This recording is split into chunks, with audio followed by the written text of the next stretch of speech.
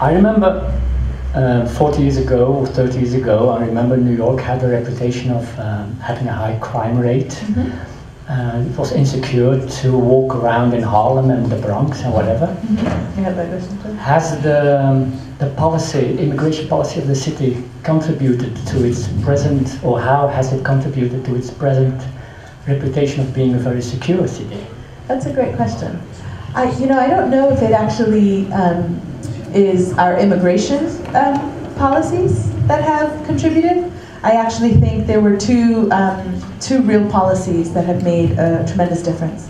Community policing, very, very big deal.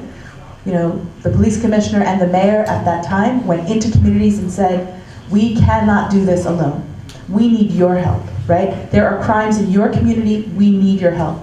So essentially they created this opportunity where people in the communities would go through a training process and be auxiliary police. They don't carry guns, but they patrol.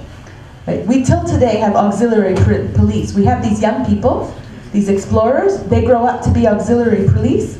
It's also a training for them to become police officers, right? That was a real, real benefit because it empowered communities to not be afraid. The other is a second theory that is quite popular, and people know it. It was during the Giuliani administration. Was the mayor before Mayor Bloomberg. It's a theory called the broken windows theory. So essentially, the theory is, if someone sees a window, if a car window is broken and it doesn't get repaired, some youngster might go, or someone will go, and break another car window. It starts to show demise in the community. So the idea was, every time a little small disruption happened in a community, we would respond immediately. So we respond to graffiti immediately in our city now. That's zero tolerance. It's zero tolerance. Is that your tolerance here? It's a term that's also being used, but it's got a kind of negative connotation. So for us, it was the theory behind it was broken windows. So it's made a big difference, right? So people, if you jump the turnstile in our metro once, you would be summoned. If you were caught writing, you'd be arrested. If you caught doing graffiti, you would be arrested. So it's that kind of stuff that really made people understand that they actually preferred being in a city that was cleaner and that it seemed safer.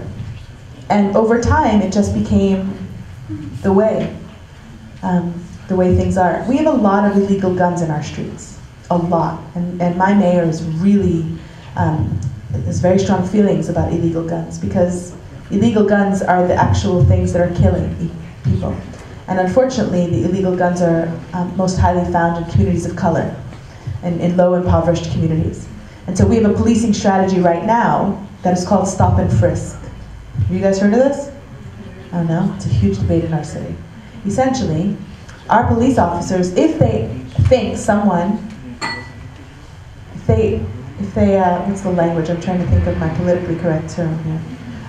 If they reasonably think? Thank you.